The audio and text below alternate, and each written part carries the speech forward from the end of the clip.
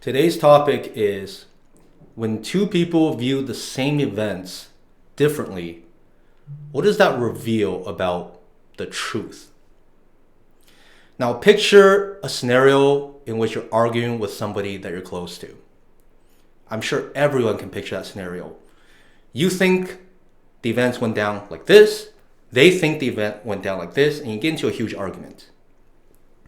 Now, I would argue in this instance, it's not about who's right or who's wrong, because the reality is you're probably both wrong.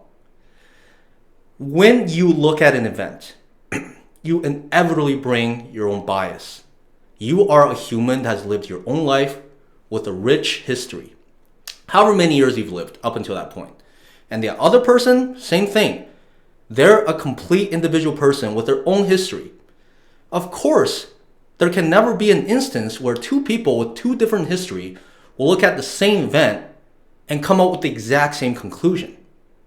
So what does that reveal about truth? And how do we actually understand the lesson behind this? Well, the key here is it's not about the truth. The truth is not very relevant because the truth is somewhere between what you think is true and what they think is true. The lesson here is to try to understand. We need to understand what my perspective is and what your perspective is to even have a hope of resolving and actually finding out where the truth lies in between our two perspectives.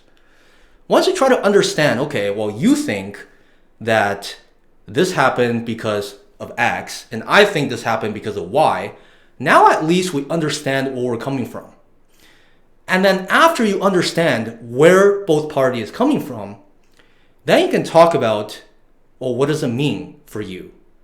And then perhaps, not always, perhaps you can find a middle ground and move past this event.